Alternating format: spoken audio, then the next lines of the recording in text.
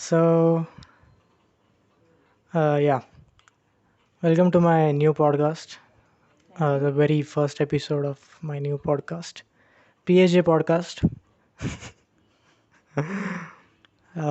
So, today with us is our first ever guest, Aishwarya Joshi. Aishwarya Joshi has completed her master's in psychology, clinical psychology, and right now is pursuing PhD, has enrolled herself into PhD, and her research topic is differential effects of classical hatha yoga on the classical dancers and non-dancers. So I'm trying to study whether there are any differential effects found. Effects already studied, okay, but I'm trying to study whether there are some differential effects within some individual variables like self-esteem, self-concept, body esteem, emotional intelligence. These are my variables. So okay. this is what I'm So studying. you're studying this about the uh, classical hatha yoga practitioners. No. I'm trying to give the interventions to dancers and non-dancers. So there will be two experimental groups, two control groups. Okay. So can you explain this You want me in to elaborate? yeah, simplify this. In a simple way, I will be giving the intervention to certain groups, which will be already two groups. Okay, those will be dancers and non-dancers, and there will be two groups. Those will not be given interventions, and the effect will be studied pre-test and post-test. So the effects will be found whether the hatha yoga practice has some effects, significant effects, and later on the further effects will be studied in a differential manner. So the statistics will be giving me the data that if there are some differences found in the effects itself, in the found effects. So how are the effects different when the hatha yoga intervention is given? And my intervention is going to be purely hatha yoga. So it's going to be the classical method I'm using according to the scriptures. Okay. So basically, hatha yoga will be the intervention. What do you mean by that? Intervention, like this will be the main thing, that how the one who do not practice hatha yoga uh, get reports, and those who practice classical hatha yoga, they get their reports. Okay, so intervention is just like a seminar or something, some kind of treatment that we give. Intervention means a treatment. So we try to assess the variables. Yeah, we try to assess the variables, the same variables before the treatment and after the treatment, so that we get to know whether the treatment has an effect. So you will make them do hatha yoga. Yeah, I will make them do it. I will make them do in a specific manner, in a sequence, in a specific time duration, which will be allotted, which will be applied in the same manner to all the groups, to both the groups. And there will be two groups; those will not be given the intervention, no treatment, and the manner of assessment will be same, pre-intervention and post-intervention. And the difference between these two will be studied. And still the effects are already been studied. There are a lot of researchers that claim that hatha yoga has a significant effect on mental health, the personality variables, and overall individuality. But what I'm trying to study, or my research topic is focusing on study, is to find out the differences are different, or like the effects are different or not. So the effects are seen in a different manner in these two groups or not, or there are the effects are similar to the non-dancers and non-dancers. So this is what my focus of study is. Got it. So she has also completed her diploma in Yoga Shastra from Yoga Vidyadham. And also you have completed YCB. Yes, yoga, the second level of yoga certification board under Ministry of Ayush. So it qualifies you to teach to which level?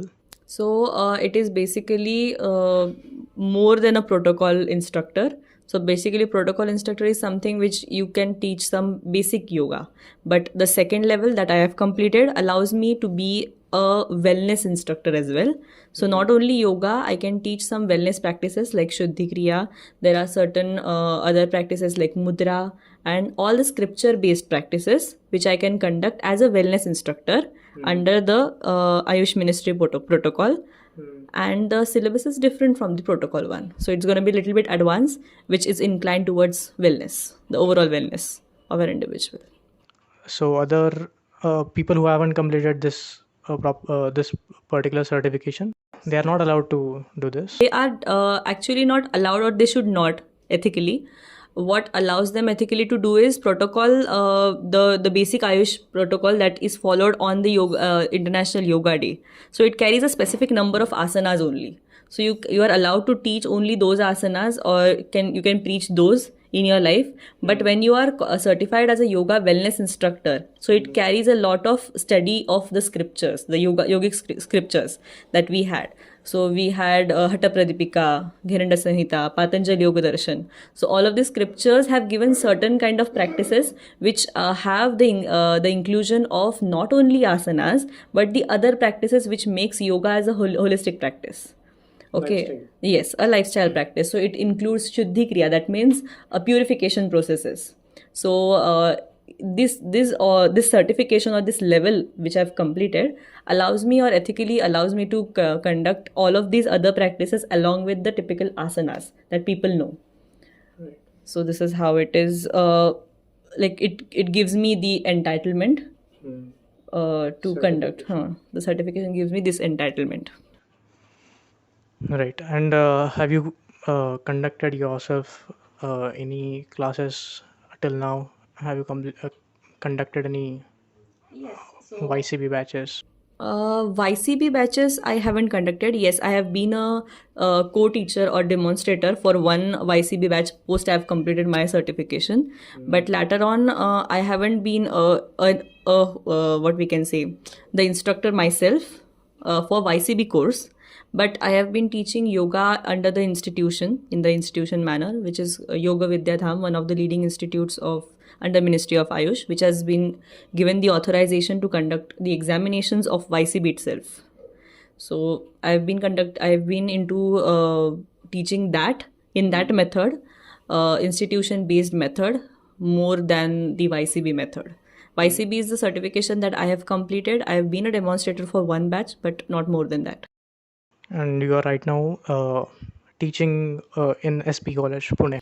Yeah, so the thing that I'm teaching is psychology. So there I teach UG and PG students with the specialization of psychology subject. So you have completed your masters and everything you have done in psychology, discipline is psychology, and you have also completed many things in yoga and everything. So what aspect, or how does psychology look at yoga, or what are the theories or researches that have been already done about yoga? Yeah. So the modern psychology or the Western psychology usually gives just a room for the Indian psychology or the yogic sciences. It is one room. There is one room for that. It still it respects that discipline, but it doesn't give the wholesome importance, and because of which there are a lot of scientific methods that have given more importance. There are a lot of quantitative practices rather than the qualitative one, which have been given focus, or they have been given emphasis in the modern psychology. So psychology, when you are trying to compare it with yoga, yes, there is still a scope. People need to work on that, but definitely the Eastern therapies is something which is one part where yogic science is also given the equal importance. And now there is a lot of popularity being gained in the modern sciences about the Indian scriptures, because there are a lot of theories. So for example, the theory of motivation. So there is a lot of what we can say commonalities in the theories that are the conventional theories that have been formulated in modern psychology, which go hand in hand with the Indian psychology, yes, with the Indian psychology or yogic science. But there are a lot of things which contradicts as well. So for example, when the motivation theory given by Maslow starts from the basic needs, but when it comes to yogic science, the pyramid itself goes other way around. It goes up, like other way around. So when it starts from the basic needs of Anna Vastra Nivara, so in yogic sciences, it states that the basic peace and the basic connection with Lord is something more fundamental, on the basis of which the other pillars of day-to-day life, day-to-day living has been built. So there are a lot of theories which go hand in hand with modern science, modern psychology theories, but there are a lot of things which contradicts as well. So his theory states that food, clothing, and shelter is the fundamental, and then the mental peace and everything comes with Yeah. that. For example, reaching this state of transcend achievements or the same transcendence, right? So that have been given the utmost importance. It is on the peak of the pyramid when it comes to the Maslow's theory. But when it comes to the yogic science, liberation, yeah. But when it comes to yogic science, liberation is something which is given the utmost importance, and then the least importance is given to the other day-to-day things, materialistic things. Yeah, definitely. Right. So there are some interesting commonalities, and there are some interesting differences as well. But which theory is studied usually? Is it the Eastern psychology or Western psychology? And which theory is taught in schools? Or you've been teaching in UG and PG right now. So which which syllabus is covered in the curriculum? Is it the Eastern psychology or the Western psychology? The Western is covered. The academics or the curriculum covers the Western part more. Though it is being taught in India, there are a lot of academic areas which need to be revisited and restructured based on the Indian population. Definitely is what my personal experience, and this is my personal opinion on the academics that have been that has gained a structure right now. But I definitely feel there is a big need that it should be restructured based on the location, based on its creed, the culture that it belongs to. So what happens when we are learning certain subjects like psychology, like philosophy? So what happens when you try to correlate it in your day-to-day life? The biggest challenge is that you study something different and you see something different in day-to-day life, which is contradicting, and that creates a lot of confusion for the new generation of our country. And there needs to be a good restructurization done for the academics, so that our culture also goes hand in hand with our education, per se. Right. So you've been in the teaching field only, right? Now you haven't started counseling. So, not counseling as such. I won't say that I've been a counselor, and I do not have a confidence of being a counselor right now, because I've more what we can say, hand on my teaching skills right from beginning. So I found it very comfortable. But at the same time, I've been working part time with one organization where we work with ADHD children with autism, with learning disabilities. So we give the interventions in the ABA method. The method used is applied behavior analysis. Applied behavior analysis. Yes. It is the method to. So it is basically a behavior therapy method that we use for the kids, those who have the developmental hurdles. And what is autism? Autism is a disorder which is a developmental disorder, basically, where the condition is that the child is unable to communicate and interact with the people around in appropriate manner, in an age appropriate manner, okay, which is expected with certain developmental stages.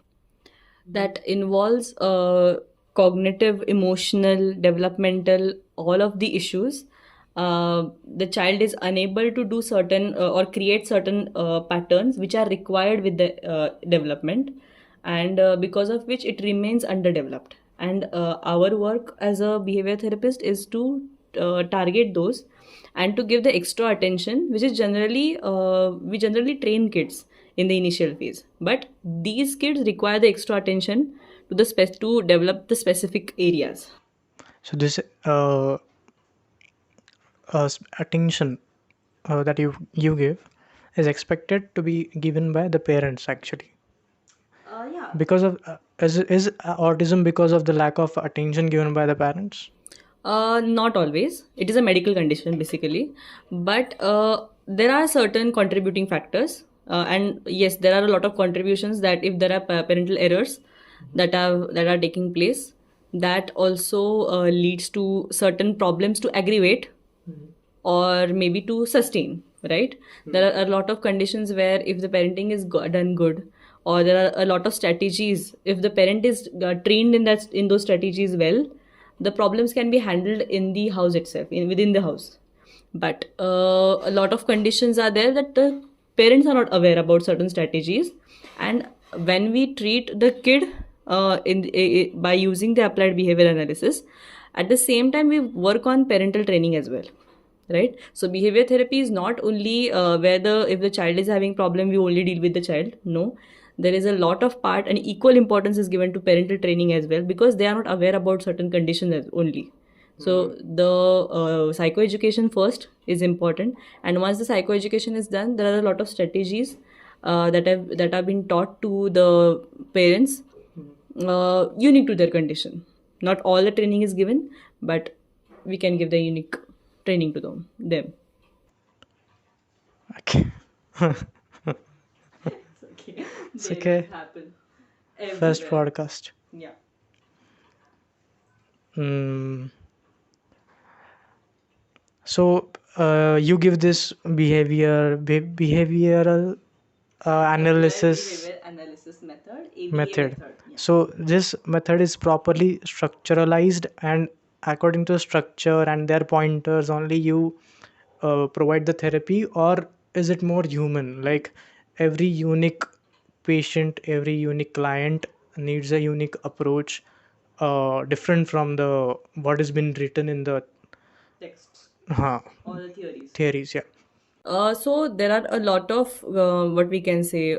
There is a lot of standardization. Okay, standardization involves a lot of studies have been done, and then only it is a generalizable method that is generally followed. So it is But generalized. yes, it is a generalized method, and it is been already standardized. When we call it as a standardized, yes, it is applicable. It has certain power. It has certain holding, because it has a database, and there are certain unique conditions as well. We have to be we have to be humanly with that. Every client is unique, so a lot of cases not only theories work, but the skills of the counselor work. Right. Yeah. And how does one, as a counselor, work on those skills? What are the skill sets? Empathy must be the one. Yeah. Being empathetic, then listening skills, Interviewing skill. understanding skills.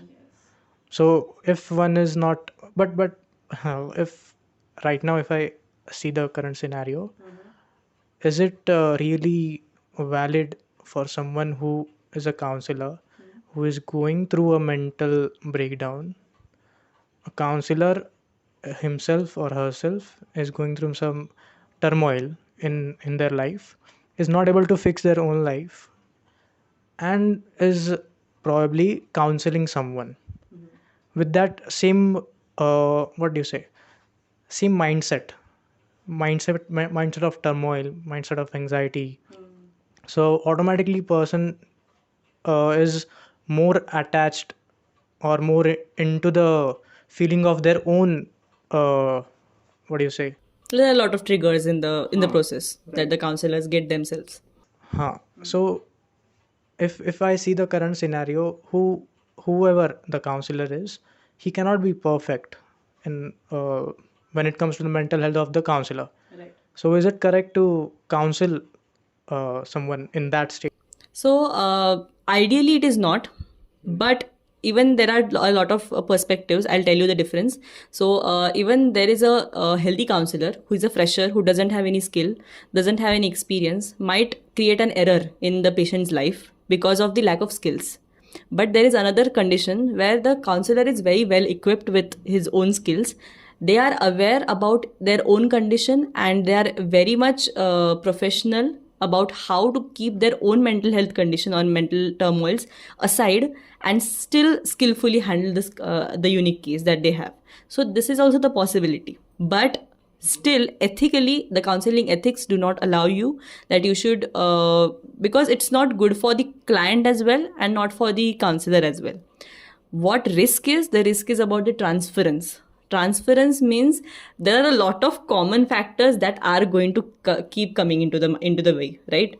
So there are certain conditions if the client is trying to tell, and some common factors come and gets into the in the process. Yeah, counselor. So that gets a common highlight, and once that gets an highlight, it gets an attention, and it starts getting the subjectivity into the picture, coming subjectivity or bias into the picture, and then ruins the whole process of the counseling. So ideally it is not, but still, if the experience is very strong and the counselor is very efficient enough, the counseling process can still be successfully handled. It's not a thing that it cannot be, but ideally it should not. And what has been your experience? So are counselors right now really equipped with those skills? Alas, but there are a lot of what we can say wrongly followed methods still in the society, because the field is gaining its own popularity right now. There are a lot of people still uneducated. They do not have the complete knowledge or the right knowledge about what counseling is. It is still misunderstood between the advising or the consultation. Consulting is different, counseling is altogether different, and there are still a lot of jumbling that is still persisting in the society around.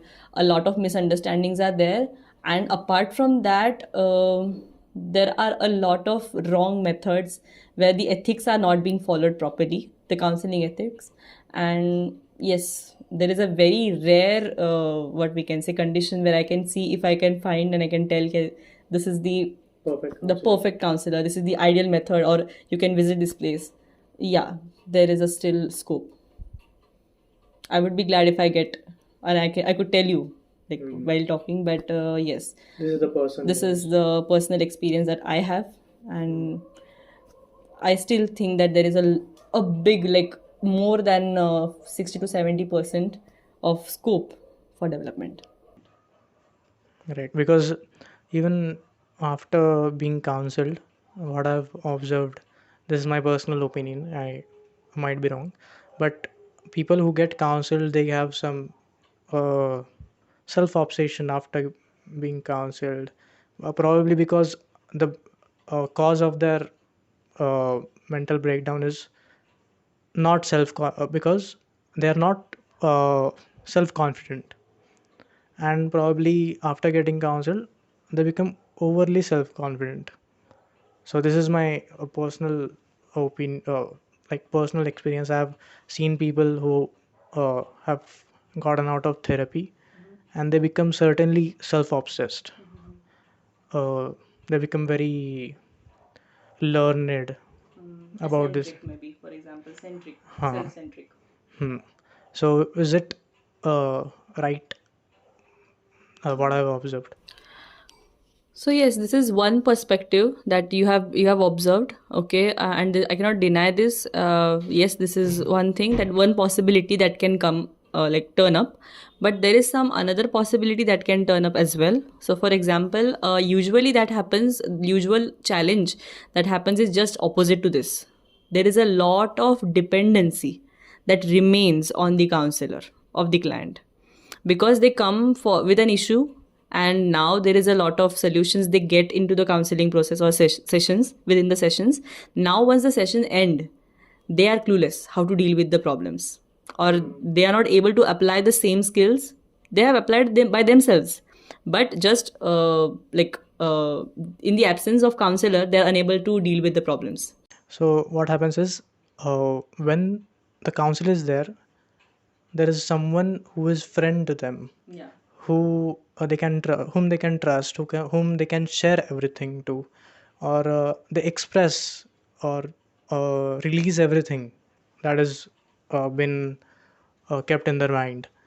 But after the job has been done of the counselor, they become lonely, or they not lonely, but they feel like sharing to someone, and they don't get someone.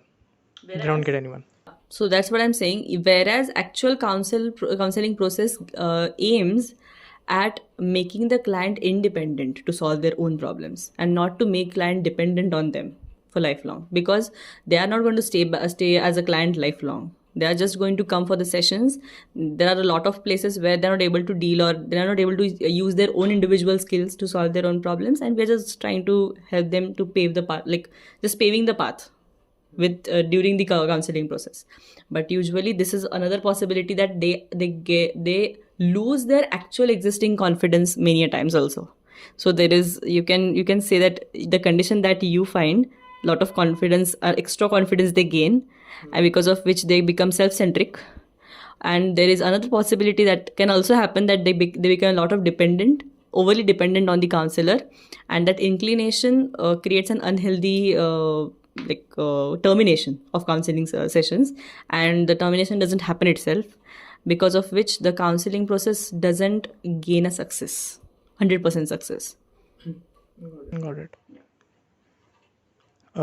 So psychology usually preaches to be more identified with oneself.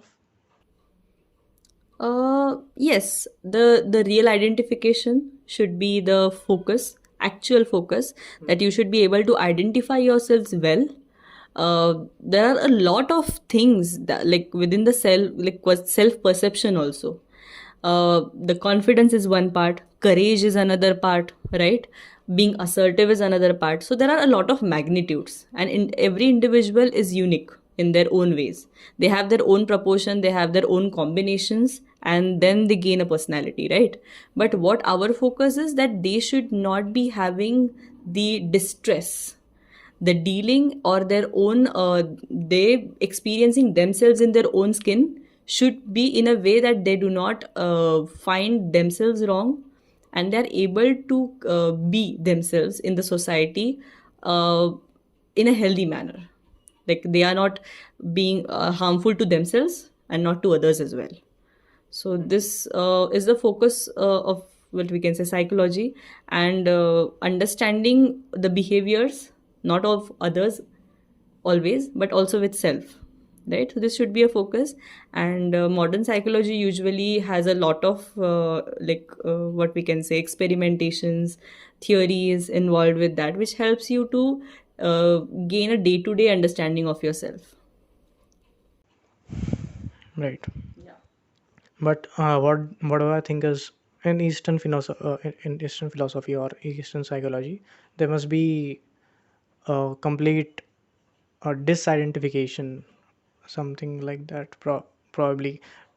So for a good mental health, what Eastern Western philosophy must be going into is the personality part, but the Eastern philosophy believes, probably, I don't know, but I guess that it believes in complete vanishment of the personality. So this is a lot of controversial topic. I feel that But there's is a it lot of true? controversy. Yeah, yes, it is, because Indian philosophy has a big canvas. It is a huge canvas. It talks not only about life, but it talks pre and post to the life as well, right? So So it there is not is that scientific. right. So there are a lot of things that are involved, though there are what importance, what's true, what's not true, that's another part. But yes, when it comes to Eastern philosophy, it talks not only about self identification, but then later on understanding that how, uh, what we can say, not being able to be stuck to that identity is also important, right? That is what Indian psychology Flexible identity. deals with. Yeah, it's like creating an identity also, and be able to detach from that identity also, because that identity is attached to the body that we are carrying right now. So there are a lot of philosophical what we can say perspective, but it doesn't deny the life as well, right? Identification, even if yoga is there, it also promotes you to identify yourself, the meaning of life, why are you in the society. So I feel only that can, or that part of Indian psychology is being scientifically or systematically handled by modern psychology. I feel that it's more understandable. The language is more understandable when it comes to the scientific studies of psychology, and the theories that have been given are more understandable to the normal individuals right now. Those are not able to understand the bigger philosophy, not able to decode it and to understand how to implement it. So I think modern psychology has a lot of good hand on implementation part, application part. Yeah. So basically, Western philosophy gives tags to everything. It tags everything. So once it is being tagged, or now once it has become a label, then people settle down. Like if I'm going through an anxiety, if I'm having an anxiety, I'm having depression, I don't know what it is. So I'm now confused, and this confusion is creating more depression for me. And now someone comes and tells me this is called depression, and now I'm settled. Now I feel like, okay, I have something. I got a tag, so I know I have this. But before that, I was really confused. What do I have? Right. So Western philosophy is more about labeling. Is it true? I feel there is a lot of confusion that something is there in Eastern philosophy and something is not there. What I feel is that lot of individuals have lost their connection with their own culture. Okay, so let me tell you that even we had these concepts of chinta, right? Chinta is different, and being dukkhatma, something being in dukkha state, dukkha, ati dukkha state is different. So we already knew all of these things. The reason why we need the assistance of modern psychology right now, because there are a lot of terminologies which are close to us, that are used in our daily lives, because of which we have to rely on the modern labelizations, like label terminologies, labels. Yeah, we do not understand how to segregate between, or we don't use usually that I'm into chinta, or I am doing something, I am something like Brahm, I'm there into Brahm. So there are a lot of concepts that we do not use in day to day life, and because of which there was a need for the modern psychology, or the what we can say, the modern sciences, to give it a good definition so that we can segregate between the conditions and we could understand the conditions well, that this is a different condition and this is different condition. That's the only reason, but I don't feel that something is being addressed in some studies and something is not. It was already existing, but just it is more understandable. That's the only reason why it is gaining a popularity. Right. Mm-hmm. Do you even want me to say something, or like how? Gotcha. Okay. So, hmm. So people who are right now studying, who have completed their bachelor's in psychology, or maybe who are right now on the edge of choosing whether to pursue psychology or not, would you suggest them to opt psychology? Okay. Honestly, speaking about today's scenario, I would really say that think twice. Because if you really have some focus on betterment, making some better contribution to the society or mental health field, then only you should choose. If you have the commercial aspect intact to it, you want to gain a lot of money. So I would say you can do it still. Yes, there are a lot of professionals, those are earning like very good. They are very successful, but right now when it comes to the current conditions, yeah, there is a lot of struggle in employment, and also we are paid not so much as compared to the other fields like IT field or any other fields. So yes, you have to think twice before you're doing, because what's the focus is very important. Also into that, once you try to get into that career, there are a lot of other fields, like you can go into teaching also, you can be a counselor, you can be a therapist only, and a lot of different what we can say, opportunities that you can gain. Domains, yeah, subdomains. So yes, I would say that if you're going, go for it, but think twice what your focus is. Still being into the field. I belong to the same field, but yes. So if you get into the clinical field, it should be that you should completely do it for the betterment of the subject, or what do you call it? Yeah, the client. What I feel is medical conditions are more critical, so it needs to be handled with more care. Yeah, yeah. So it needs to be handled with more care. There are the diagnostic criterias involved. There is a lot of medication involved in that, so the risk is high. So there, the responsibility increases. That the responsibility is more. That doesn't mean that other areas do not need the counselor to be responsible. Yes, they need to be responsible because a lot of conditions developed after counseling or wrong counseling also. So yes, that is also important. But yes, clinical field needs a lot of more responsibility, and it's equally like responsible field as a medical or a MD doctor. It's equally important because certain medical conditions are visible, but some mental health conditions also can lead to the life threat of the client, and that creates a big responsibility. Life threat of the client and also the counselor.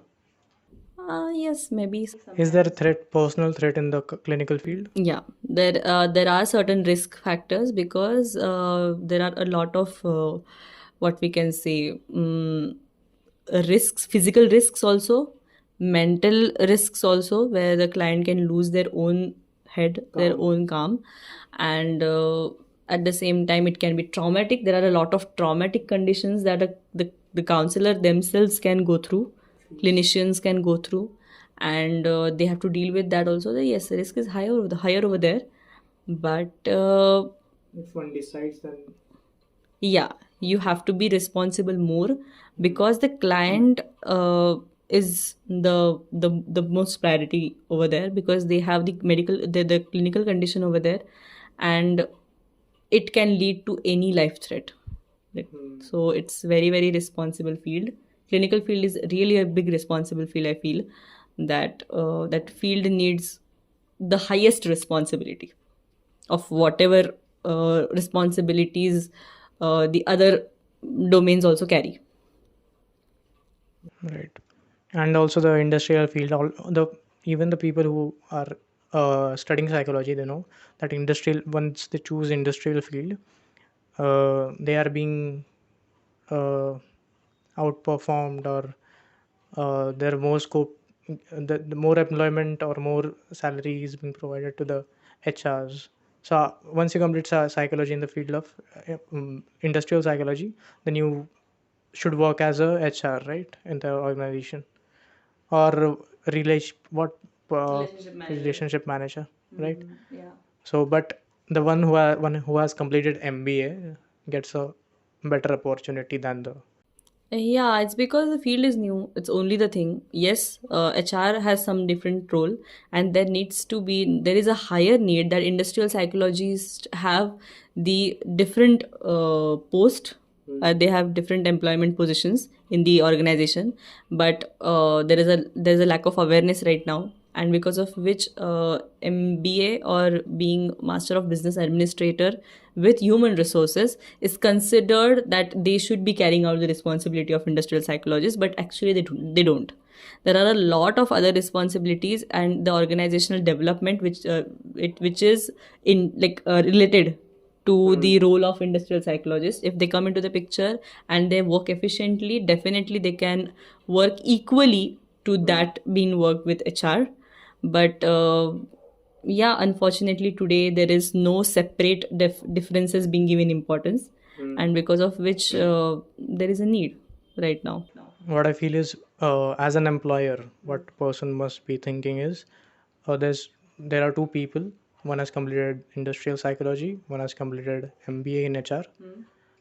I will only employ one who has completed industrial psychology if he or she is really equipped with the skills of human analysis, organizational. If the both the people are having the same skill sets, though have studied from the different curriculum or syllabus, then the person must be, for that reason the employer must be choosing, I Yeah, guess. definitely. That is fair also for the organization also, because when it comes that you just have to hire someone and the person is not able to function well, that also doesn't make any sense.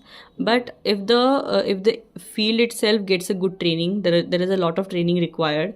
If the industrial psychologists are well trained in our country, as the equal importance is given to industrial psychologists outside countries, in the developed countries, there is a separate employment that has been given to those. Definitely it will get the same position in India also, hopefully. So it needs proper education. Yeah, it needs a proper education also, and also the training, because the training that is required to the clinical psychologist is completely different, altogether different than that is required for the industrial psychologist or organizational setup. So the knowledge required is completely different. Which is the best institute right now in India in terms of education, faculty? So best education, I feel, when it comes to the psychology subject, it's still one ruler, that is Nimhans. Nimhans is ruling the best. What is neurology? No, it is concerned with a lot of related fields of psychology. It doesn't only deal with psychiatry; it deals efficiently with psychology also. And And there's one institute in Gujarat. that is forensic institution, that is National Forensic Science University. Yeah, it gives the forensic and cyber part is being covered a lot better over there, and it offers a lot of very comprehensive courses. Also the postdoctoral courses, certifications, and gives a good training. It's it's more inclined towards forensic one.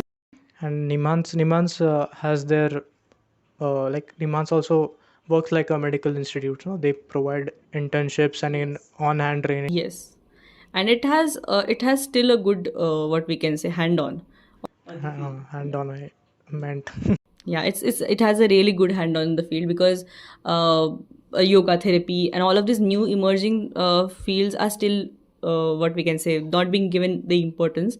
But Nimhans is making sure that all of the courses that it has created, they give a good, comprehensive, and very extensive training to the people. So hands-on experience with the actual clients in the degree process itself. Yeah. And it is not the scenario in the other No. Yeah, there might be certain things I'm not aware about, like I have not got any experience or exposure to that, but something which I can admire and I can easily tell is Nimhans. Yeah. Nimans. Yeah. Yeah. This was completely unnecessary, Necessity. but the mandatory one, right? Unstoppable. Not unstoppable.